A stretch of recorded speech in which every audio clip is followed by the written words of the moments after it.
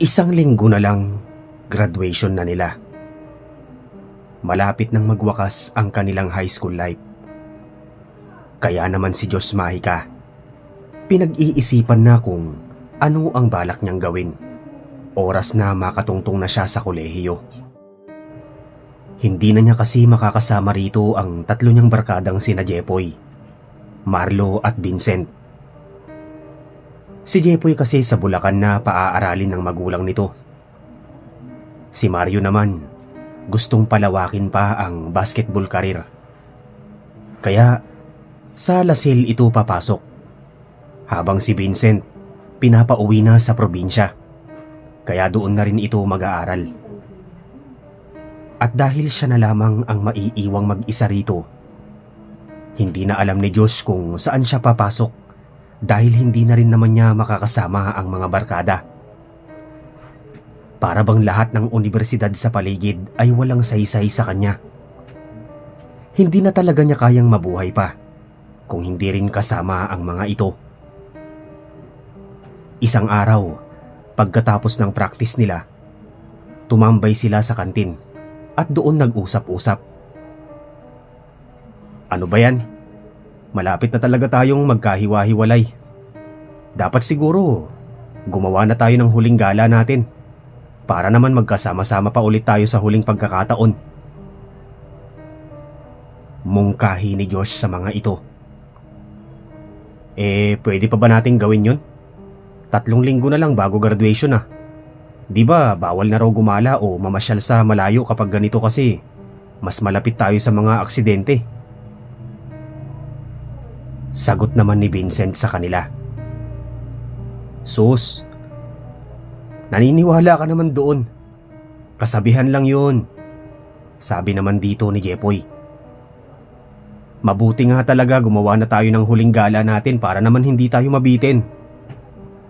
Oo nga, sulitin na natin ang natitirang araw natin. Lalo na't pagkatungtong natin sa kolehiyo, hindi natin alam kung kailan pa ulit tayo mabubuo.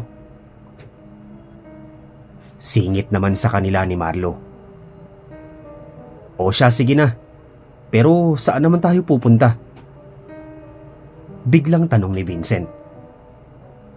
Saglit silang natahimik at napaisip ang lahat. Maya-maya, si Josh muli ang bumasag sa katahimikan. Alam ko na, bakit hindi na lang tayo dun sa rest house namin sa Tarlac? Para magamit din natin yung swimming pool namin doon. Teka, di ba bawal tayong pumunta doon dahil masungit nga yung lola mo? Singit muli ni Marlo.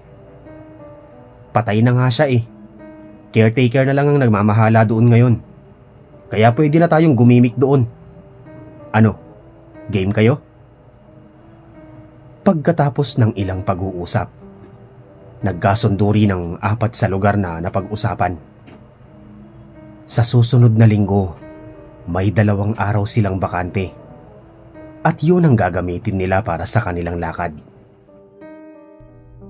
Balak nilang matulog doon kahit isang gabi lamang at uuwi rin kinabukasan.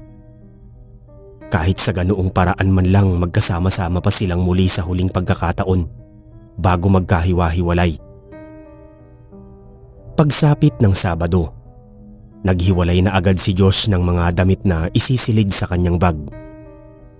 Sa Lunes pa naman ang alis nila pero sobrang sabik na siya. Nang gabi ring yun, tinawagan niya ang numero ng caretaker sa rest house nila.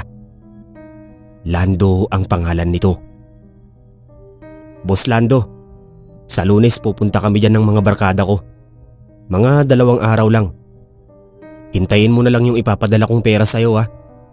Bayad yun para sa pananahimik mo. Para hindi mo kami isumbong kay mama. Okay na ba?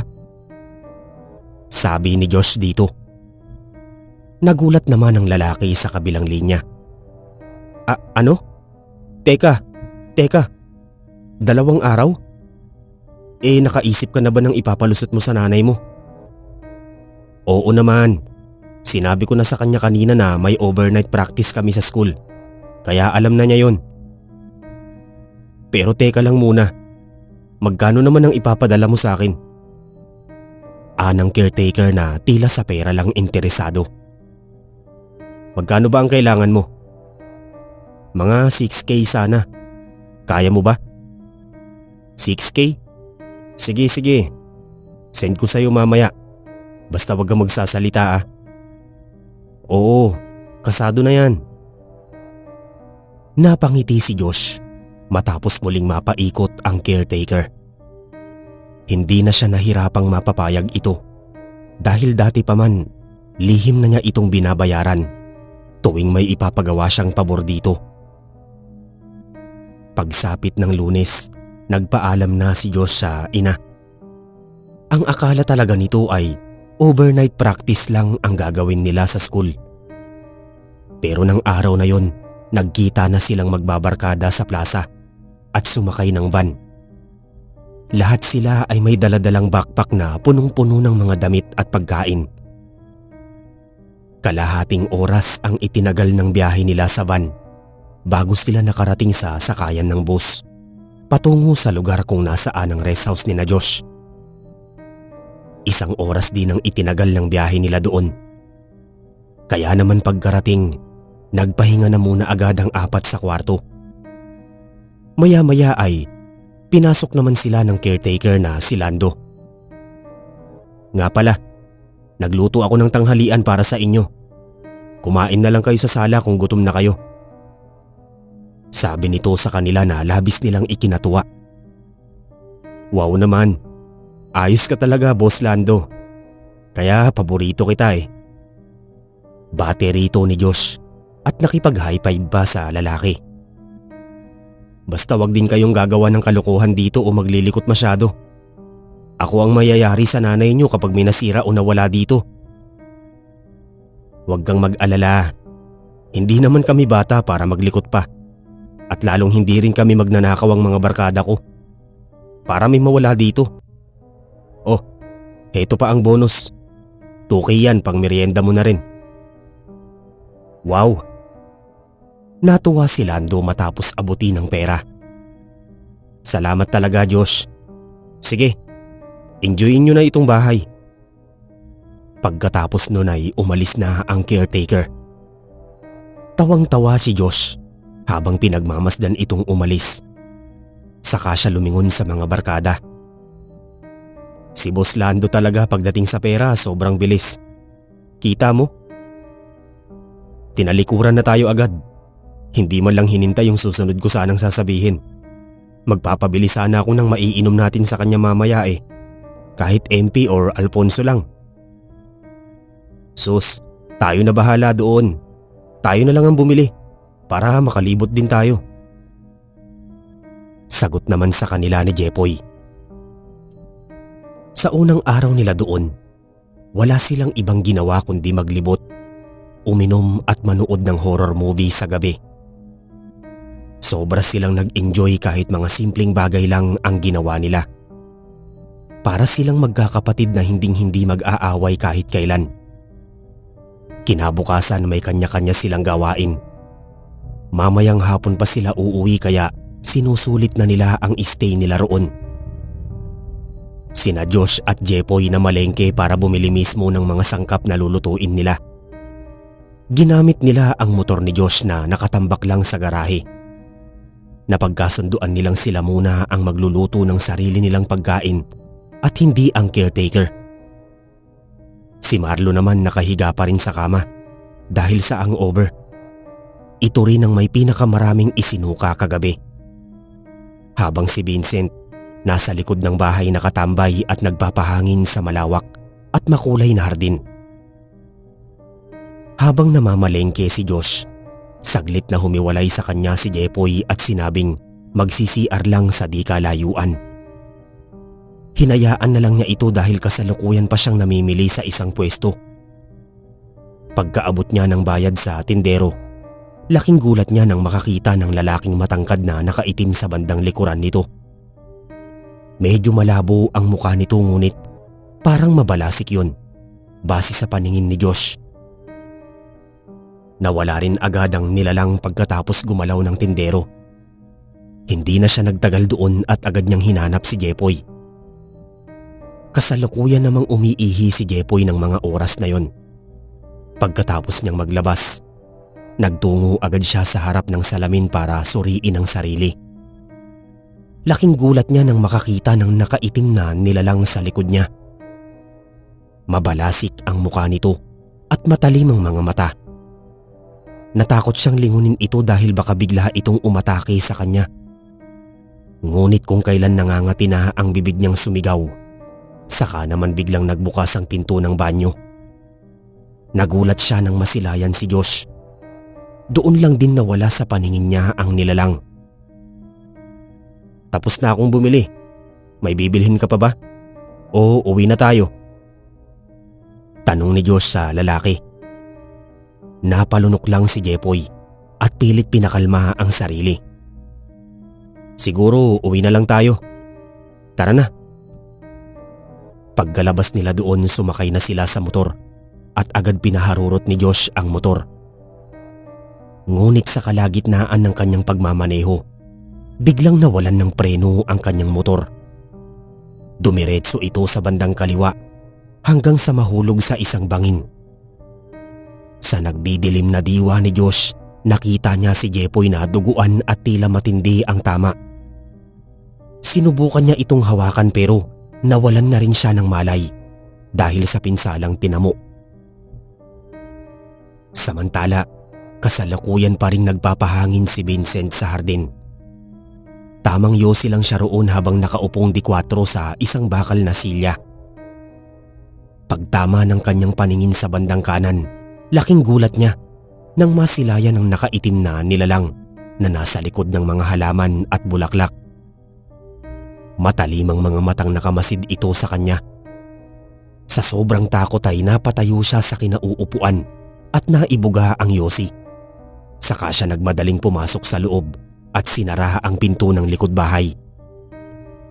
Nahihimbing pa rin si Marlo nang bigla siyang maalimpungatan. Nakaramdam siya ng labis na paninikip ng dibdib. Parang hindi siya makahinga. At sa pagmulat niya, ganoon na lamang ang kanyang pagkasindak nang masilayan ng isang nilalang. Nakaitim ito at mabalasik ang muka.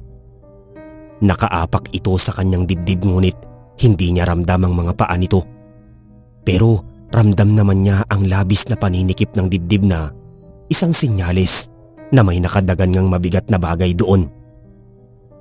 Kinilabutan siya, ngunit bago pa siya makasigaw, bigla nang nagbukas ang pinto kaya naglaho rin agad sa paningin niya ang nilalang. Nakita niyang pumasok si Vincent at takot na takot. Pareho silang namumutla nang makita ang isa't isa. "Anyari sa'yo? Ba't parang iba yata ang aura mo?" Tanong ni Marlo rito bago siya bumangon sa kama. Naupo sa isang tabi si Vincent at napatitig sa kisame. Tila malalim ang iniisip. "May nakita ako kanina, pre. Sobrang nakakatakot." Biglang naging seryoso ang titig dito ni Marlo. "Ano naman ang nakita mo?" "Nakaitim na lalaki. Nakakatakot yung muka. Hindi ko maipaliwanag basta nakakakilabot siya. Nandoon siya kanina sa mga halaman." Nagulat si Marlo sa narinig. "Ano? Ibig sabihin nakita mo rin siya?" "Bakit ikaw? Nakita mo rin?" "Oo. Kanina lang bago ka pumasok. Nagising ako na masakit ang dibdib. Tapos pagdilat ko nakakita rin ako ng nakaitim na lalaking nakatayo sa dibdib ko. Buti na lang pumasok ka kaya nawala eh." "Nakita mo rin pala yun? Ano kaya ang ibig sabihin nun?" Kunot noong tanong ni Vincent dito. Pareho silang nagtaka at napaisip sa nangyari. Mga bandang tanghali nang may kumatok sa gate ng bahay. Akala nila si Lando lang yun.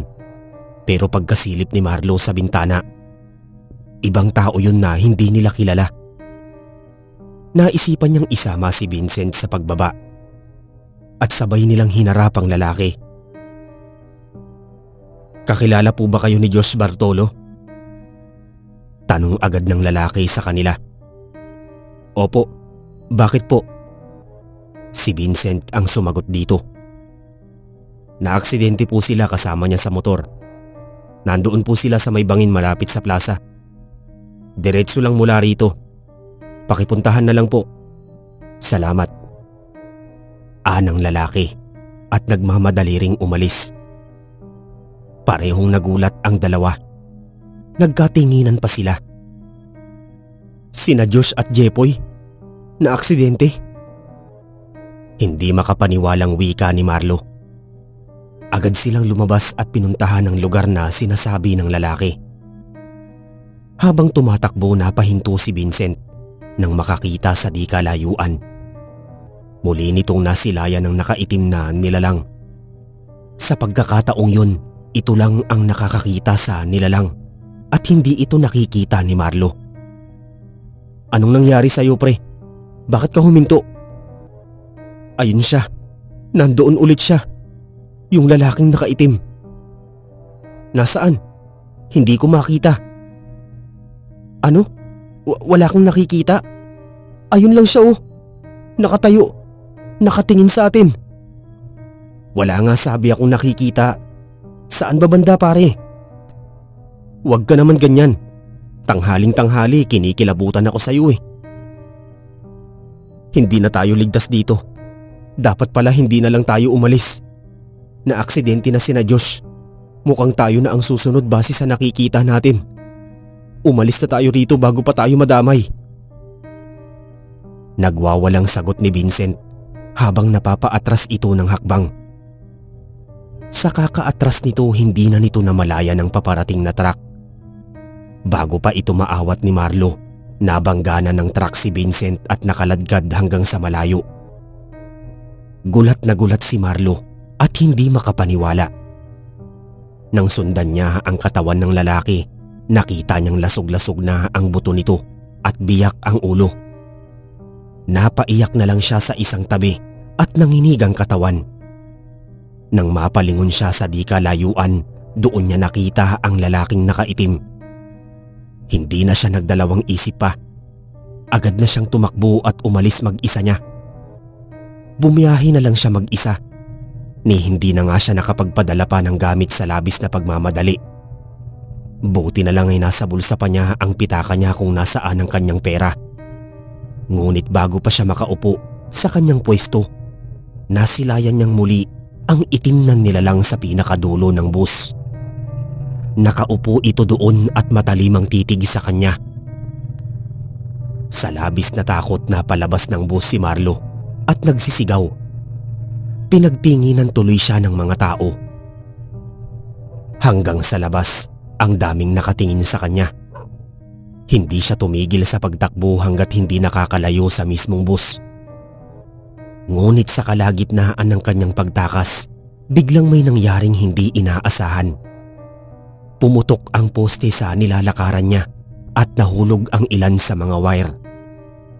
Dahil aktibo pa ang mga ito, nakuryente si Marlo at nangisay sa daan. Di nagtagal ay pinagkaguluhan agad siya ng mga napadaang sasakyan sa paligid. Labis silang natakot sa naging itsura niya matapos makuryente. Samantala, pagmulat ni Josh sa mga mata, nakita niyang nasa loob na siya ng isang ospital at nakakonfine sa malamig at malinis na silid. May naabutan siyang nurse sa tabi niya. Ito ang nagpaliwanag sa kanya tungkol sa aksidente niya. Nurse, pwede pong magtanong? Ano po yun, sir? May kasama ako sa aksidente. Nasaan po siya? Yung kasama niyo po? Nasa morgue na po siya. Dead on arrival po. Kayo lang po ang nakaligtas. Nagulat si Josh at hindi makapaniwala. Ano? Nagulat siya at hindi na nakapagsalita. Maya-maya lumabas na ang nurse at ang sumunod namang pumasok ay ang caretaker na si Lando. Umupo ito sa tabi niya at nagtitigan silang dalawa. So ano? Tagumpay ang plano? Wika ni Lando sa kanya. Doon palang binawi ni Josh ang pagkagulat sa mukha niya. Sa isang iglap ay nawala ang lahat ng pag-aalala niya sa muka. Asa na yung iba? Patay na rin sila. Si Vincent sinagasaan ko ng truck kanina. Si Marlo naman nakuryente sa may poste. Napatango lang si Josh at marahang tumitig sa kawalan. Tagumpay ang ritual. Aniya sa kabumuntong hininga. Lingid sa kaalaman ng tatlo. Plinano talaga ni Josh ang lakad na yon para ialay ang tatlong kaibigan niya sa demonyong kanyang tinawag. Ang demonyong ito ay tumutupad umano ng kahit anong kahilingan, ngunit ang kapalit ay tatlong kaluluwa. Kaya naman gumawa siya ng paraan para madala sa malayong lugar ang mga kaibigan at doon isinagawa ang malagim nilang aksidente para maialay sila sa demonyo. Sinadya niyang ihulog ang motor sa bangin para maaksidente silang dalawa ni Jepoy. Dahil may proteksyon siya mula sa demonyo, hindi na siya natakot na gawin yun. Si Jepoy ang natuluyan dahil sa ginawa niya. Inutusan naman niya si Lando na banggain si Vincent gamit ang truck. Pagkatapos ay nagbayad din ng tao si Lando para lumikha ng technical failure sa poste na siyang pumatay kay Marlo. At syempre, sa tulong ng pananakot ng demonyo, nagawa nilang maisakatuparan ng lahat ng mga aksidenteng yun. Nagkataon pa na kung kailan graduating na sila, doon pa naganap ang mga naaksidente. Hindi na malayan ni Josh na nagkatotoo pa ang karaniwang pamahiin sa graduation dahil sa kanya.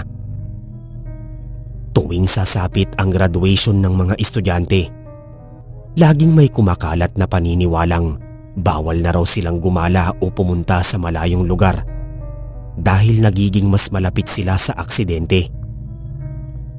Sa madaling salita, peke ang pinakita niyang concern at pagmamahal sa mga barkada. Hindi naman talaga niya namimiss ang mga ito kapag nagkahiwalay-hiwalay sila. Ginamit lang niya ang mga ito para sa personal niyang interes. Dahil ang totoo, noong nakaraang taon pa niya plinano ito. At dahil naging matagal ang proseso ng pagtatawag ng demonyo, ngayon lang niya nagawa ang lahat ng ito. Di nagtagal, muling nagpakita kay Josh ang itim na demonyo. Nandoon ito para isakatuparan ng kanyang hiling. Ngumiti siya rito at nagsalita.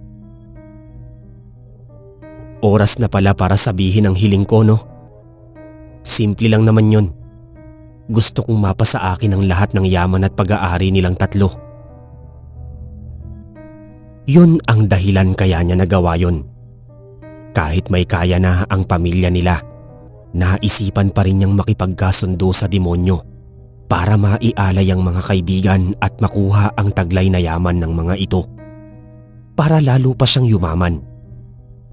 At dahil mas mayaman sa kanya ang tatlong kaibigan, pati ang pamilya ng mga ito, isang malaking pagkakataon yun para maisagawa ang matagal na niyang pinaplano sa buhay. Dahil ang target niya ay makaipon agad ng milyones bago tumuntong sa kolehiyo.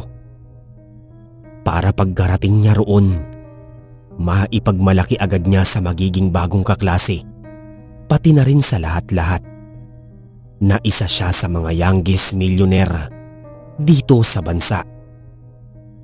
Josh Mahika.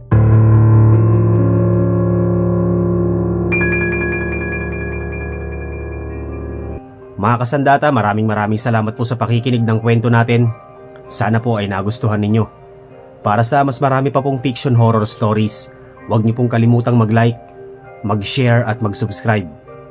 Muli po, ako po si Mark, ang inyong lingkod, ang narrator sa lahat ng kwento dito sa channel. Maraming salamat po sa pakikinig. Hanggang sa muli. Salamat.